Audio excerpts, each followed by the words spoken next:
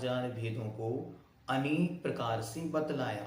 इस विषय को एकदम ध्यान में रखना है कि मूलाचार आदि ग्रंथों में कार्तिकेय अनुपेक्षा में और भी अनेक ग्रंथों में शील के 18,000 भेदों को बतलाया।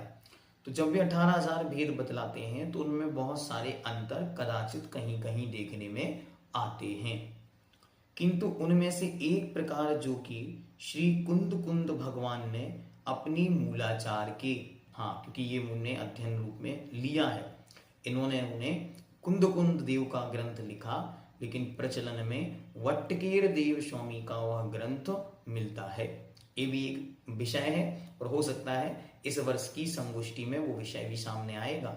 वट्टकेर देव और कुंद देव को कोई एक ही मानता है तो कोई कोई विद्वान दो अलग अलग व्यक्ति भी मानते हैं, लेकिन मूलाचार को सर्वथा सर्व परंपराएं पूर्ण रूप से दिगंबर जैन आचार्य परंपरा का सर्वश्रेष्ठ आचरण ग्रंथ मानते। के शील गुणाधिकार में बतलाया है, हम यहाँ लिख रहे हैं और उसका भी यंत्र आगे उपलब्ध कराएंगे कि वह किस किस प्रकार से होता है। तो जो ये करणी सन्ना इंद्रिय भूमादि समण धम्मेय अन्येनेहि अभत्ता 18 शील सहस्रायम। मतलब यह है कि 3 योग, जो ये करणी 3 करण, सन्ना 4 संज्ञाएं, इंद्रिय 5 इंद्री, भौमादि, भौमादि अर्थात 10 पृथ्वी का एक आदि, जीव भेद, पृथ्वी जल अग्नि वायु वनस्पति, फिर वनस्पति के 2 भेद कर दिए, साधारण प्रतिष्ठित,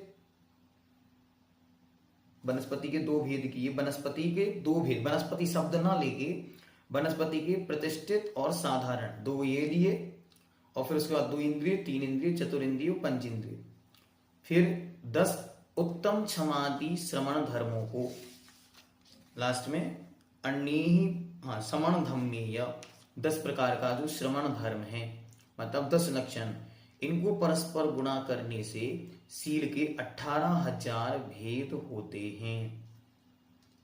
ये प्रसिद्ध जो परंपरा है वो आचार्य ने यहाँ पे रखी। योग, संज्ञा, इंद्रिय और श्रवण धर्म का अर्थ प्रसिद्ध है। अशुभ कर्म के ग्रहण में कारणभूत क्रियाओं के निग्रह करने को अर्थात अशुभ उपयोग रूप प्रवृत्ति के परिहार को करण कहते हैं। 3 प्रकार का जो करण कहा वो क्या है, तो कहते हैं अशुभ क्रिया को रोकने रूप 3 प्रकार का करण कहते हैं। निमित्त भेद से इसके भी 3 भेद हैं, मन, वचन और काय करण के, और योग भी 3 प्रकार का, मन, वचन, काय। रक्षणीय जीवों के भेद जैसे आगम ग्रंथों में इनके भी वर्णन किए हैं, शायद ये भी मूलाचार्य जी की गाथा है। पृथ्वी, जल, अग्नि, वायु और प्रत्येक साधारण वनस्पति, वनस्पति के 2 अलग अलग प्रकार से 2 भेद करके उन्होंने लिए, और 2 इंद्रिय, 3 इंद्रिय, चतुरिंद्रिय और पंचेंद्रिय। हाँ, इसमें एक विशेष बात जो हमको याद आ गई वो आपके सामने रख देते, प्रसंग वसात कई बार वो बात आती। इसी क्रम को क्यों ऐसा किए कि वनस्पति के 2 भेद किए, बाकी के भेद क्यों नहीं किए, तो अच्छी तरह ये ध्यान रखना कि साधारण और प्रत्येक 2 प्रकार की वनस्पति में जो साधारण नाम की वनस्पति है उसी का दूसरा नाम निगोद है, और जो प्रत्येक वनस्पति है वो सप्रतिष्ठित और अप्रतिष्ठित के भेद से 2 प्रकार की वर्तमान में या जो खाने पीने में उपलब्ध में है। इसीलिए दोनों चीजों को ग्रहण करने के लिए यहाँ पे निगोदिया जीव भी अच्छी तरह ग्रहण हो जाएं, इसलिए साधारण शब्द का प्रयोग किया। अर्थात पृथ्वी, जल, अग्नि, वायु, प्रत्येक वनस्पति, साधारण वनस्पति, 2 इंद्रिय, 3 इंद्रिय, चतुरिंद्रिय और पंचेंद्रिय।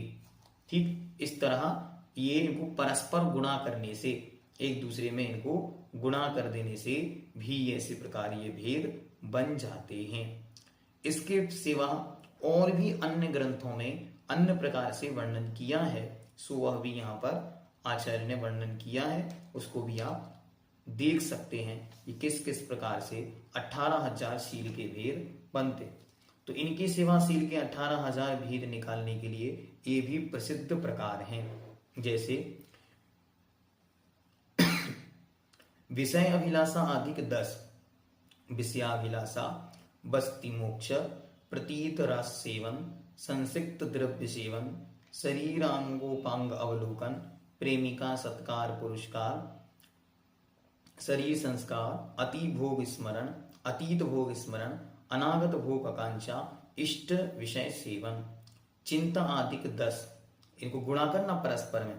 चिंता, दर्शन इच्छा, दीर्घ निश्वास, ज्वर, दाह, आहार अरुचि, मूर्छा, उन्माद, जीवन, संदेह, मरण, इनको गुणा करना 5 इंद्रियों से, फिर उनको गुणा करना 3 योग से, फिर कृत कार्य अनुमोदना ये 3, फिर जागृत स्वप्न मतलब जागृत में ये होना या स्वप्न में ये होना तो गुणित करेंगे 2 से, और फिर चेतन के होना और अचेतन में होना से 2 और गुणित कर देंगे। तो इन सब का गुणा करने पर भी ये 18,000 भेद बन जाते।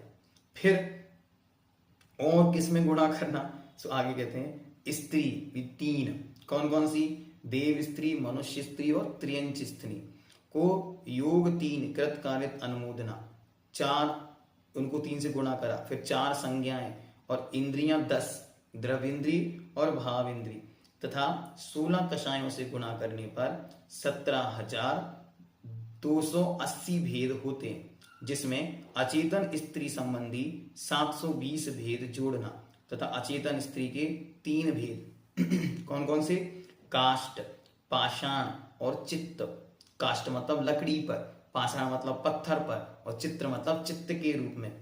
फिर योग मन वचन काय, फिर उसमें कृत कार्य अनुमोदना 3, फिर उसमें कषाय 4 से गुणित करना और इंद्रियों के 10 भेदों से गुणा करने पर 720 भेद होते हैं। तो ऐसे कितने हो गए, ये 18,000 भेद बन गए। फिर स्त्रियां भी 4 प्रकार की, योग 3 प्रकार के, कृत कार्य अनुमोदना रूप 3, इंद्रियां 3, सिंगार आदि के भेद 10, काय की चेष्टा के भेद 10 से गुणा करना। तो ऐसे चल के 18,000 भेद के अनेक जो प्रमाण अनेक ग्रंथों में अलग अलग जगहों पे अलग अलग उपलब्ध हैं, उनका वर्णन यहाँ पे कर दिया। क्योंकि अब उनके न कर्म है न योग है, तो शरीर भी नहीं है, मन भी नहीं है, वचन भी नहीं है, कषाय भी नहीं है और अन्य पर निमित्तों के प्रति पर प्रभाव भी नहीं है। इस कारण उनके संपूर्ण शील की उपलब्धि इस गुण स्थान में ही मानी जाती है। इसके पूर्व कभी भी कदाचित भी वह पूर्ण नहीं मानी जाती। ये प्रश्न बहुत बार पूछने में आया है और आ जाता है कि शील की पूर्णता किस गुण स्थान में होती है। तो ये जीवन पर्यंत याद रखना है कि शील की पूर्णतया 14वें गुण स्थान में होती, शील की पूर्णता 14वें गुण स्थान में होती। ओम सिद्धम।